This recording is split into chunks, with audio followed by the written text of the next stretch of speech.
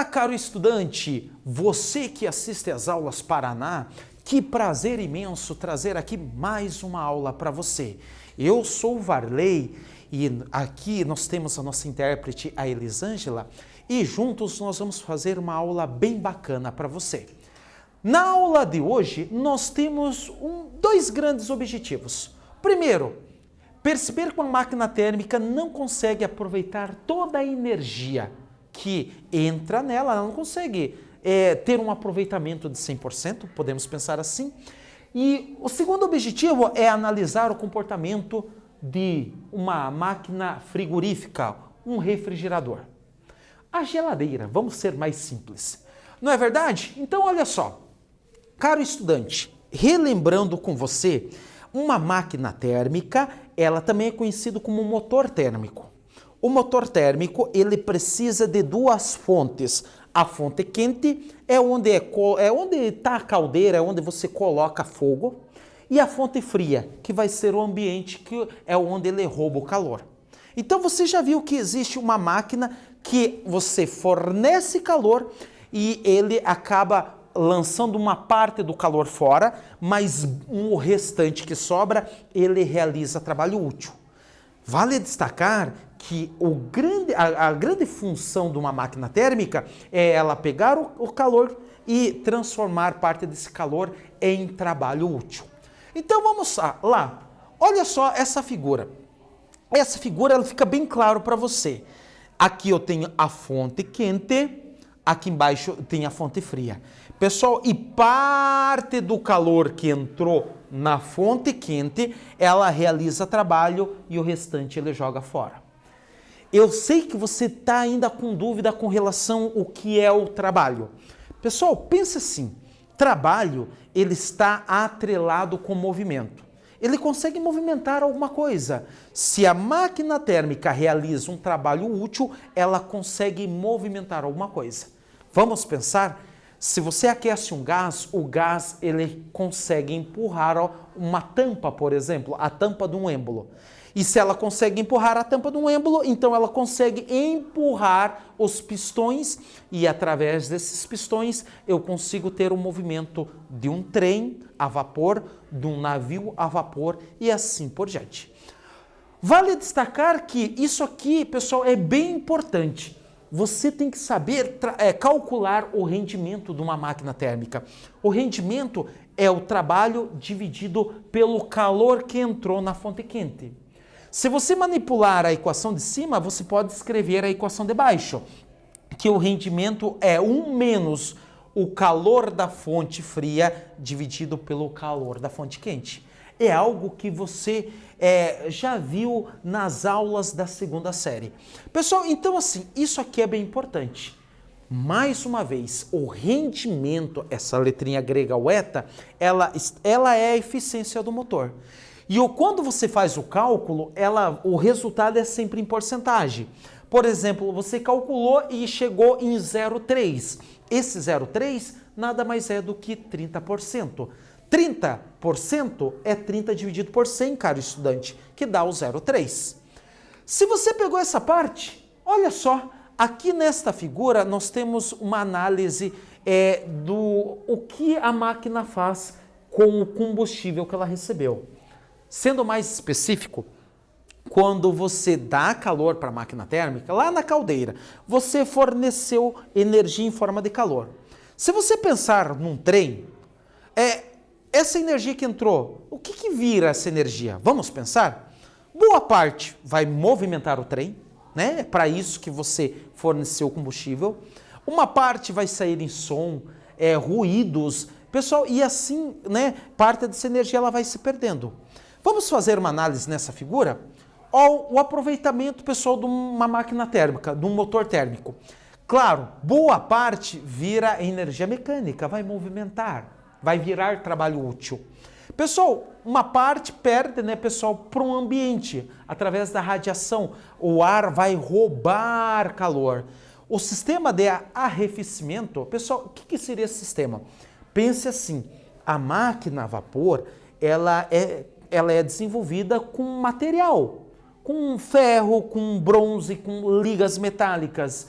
E se você não cuidar, é tanto calor que ele vai acabar estragando esse equipamento. Então tem que ter uma parte para refrigerar. Então, pessoal, uma boa parte a boa parte do combustível é usado para você resfriar. E é claro, né, pessoal? Se ela tem um sistema a vapor, você tem o sistema de escape. Pense comigo. Se você vai usar o vapor para empurrar o pistão, esse vapor ele vai fechar um ciclo e uma parte desse vapor acaba escapando. Lembre-se, quem aqui já viu um trem a vapor, você viu saindo vapor de água, fumaça, vapor de água. No navio é a mesma coisa. Interessante você saber disso, não é verdade? Então, olha só. Se você pegou essa parte, vamos fazer aqui um exercício em cima disso que nós vimos até aqui. Ele fala o seguinte: um carro com motor de combustão interna é abastecido com 100 litros de gasolina. Melhor, 10 litros de gasolina. Afirma-se que toda a queima da gasolina é empregada para fazer o carro se movimentar. É possível dizer que essa afirmação está correta? Por quê? Cara estudante, você terá um tempo para resolver essa questão, para você responder. E na sequência, nós vamos retornar com a correção.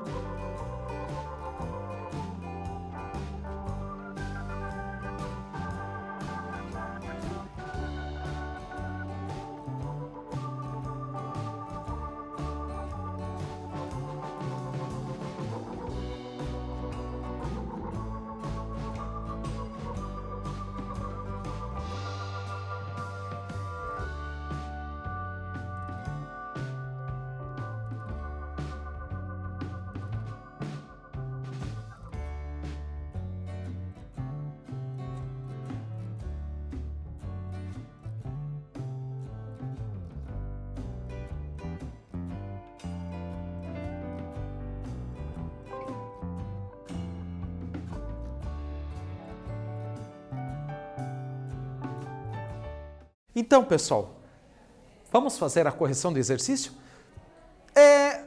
O exercício ele se trata disso, né? Ele te dá uma situação hipotética em que uma pessoa abastece um carro colocando 10 litros de gasolina. E será que pode-se afirmar que todo esse combustível vai ser usado para se movimentar? Pessoal, você sabe que essa afirmação está errada, tá? Isso não é verdade. O rendimento de um motor térmico, um motor de um carro, pessoal, depende muito do fabricante, mas nenhum consegue ter um rendimento de 100%. Então, assim, nós estávamos inclusive discutindo entre nós aqui, a equipe, que qual é o carro que tem maior rendimento. Pessoal, os carros 1.0, eles possuem maior rendimento e muda muito de montadora para montadora. Fica aqui uma sugestão, se seu pai for comprar um carro, você pode entrar no site, pessoal da montadora, e eles colocam lá os dados do Inmetro. E esses dados, eles dão lá, inclusive, o rendimento.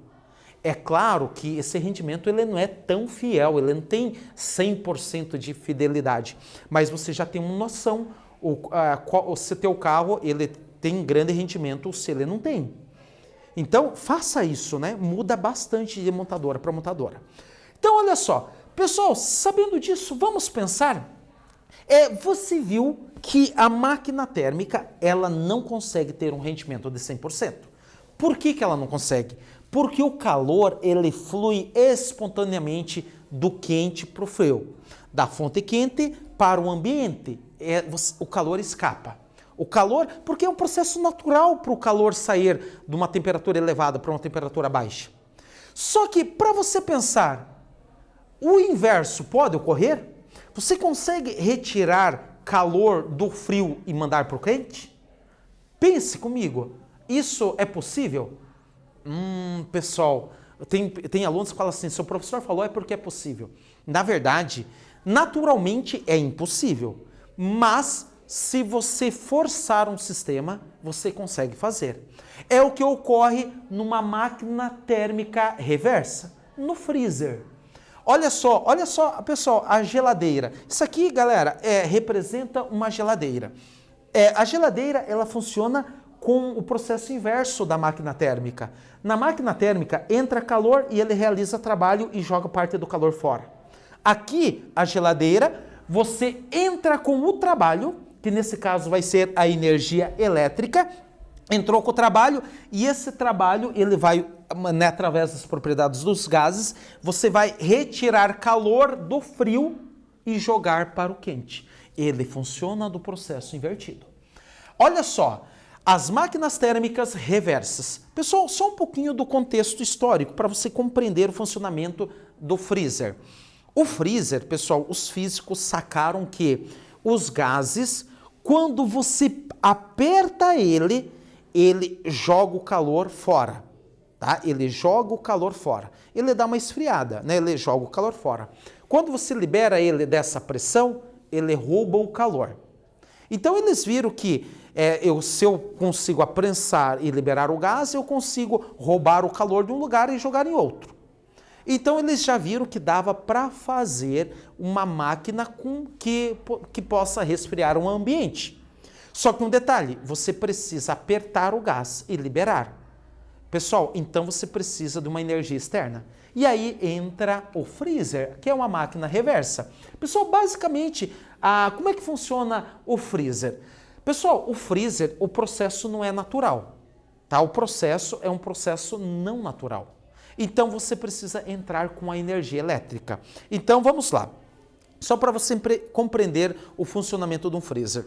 O freezer, ele tem um gás. O nome do gás é freon. E esse gás ele está dentro de uns tubinhos de metal, uma serpentina. E aí, o que acontece? A energia elétrica que entra, ela prensa o gás. E ela prensa o gás lá atrás ele é prensado, então ele joga o calor fora atrás da geladeira. E aí ele passa prensado lá dentro do freezer e lá ele é liberado dessa pressão. E aí ele rouba o calor. Aí ele roubou o calor, passa lá atrás, o motor prensa ele de novo. E assim ele joga o calor fora. Quem nunca secou roupa atrás do freezer, não é verdade? Então, assim, pessoal, lembre-se, o freezer é chamado de máquina frigorífica. Você precisa entrar com energia externa, com o trabalho. Você precisa entrar com energias, é um processo não natural. Então, você paga, você dá energia para ele tirar calor da fonte fria e jogar na fonte quente. Pessoal, olha só uma atividade bem simples para você. Ele fala o seguinte: em um dia quente, para refrescar, você fecha a porta da cozinha, isolando o ambiente, e abre a porta da geladeira, mantendo aberta durante o dia todo. Você notou o quê? Pessoal, pense comigo. Você quer resfriar a sala da sua casa, a cozinha da sua casa. Você tranca a sua casa e abre a geladeira. Será que você consegue resfriar o ambiente? Você terá um tempo para responder essa questão e eu espero que você acerte.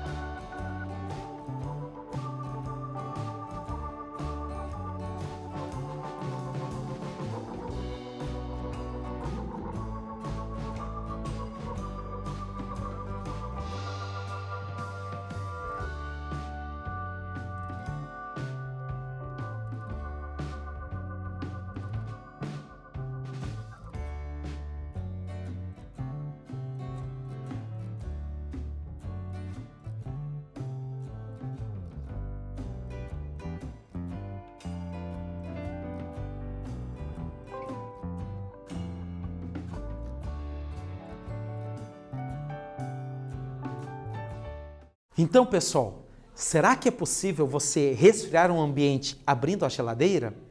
Pessoal, talvez você, espero que você tenha acertado. Ele é um pouco sutil essa questão. Por que não funciona?